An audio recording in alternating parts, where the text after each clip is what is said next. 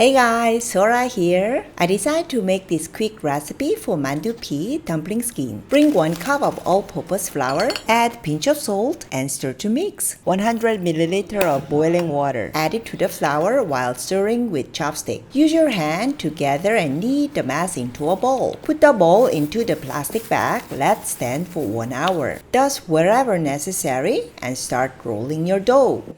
Once the dough is thin enough, bring kettle lid and cut out mandu pea. Start all over again with leftover until you cannot. Last 1 or 2 you may make without a mold.